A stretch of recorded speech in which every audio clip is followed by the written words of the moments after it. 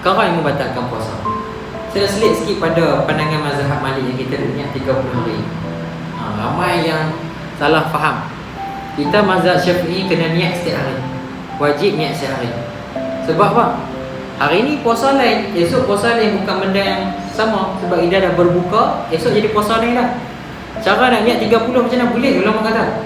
Kita niat setiap hari tu ikut mazhab Syafi'i macam biasa.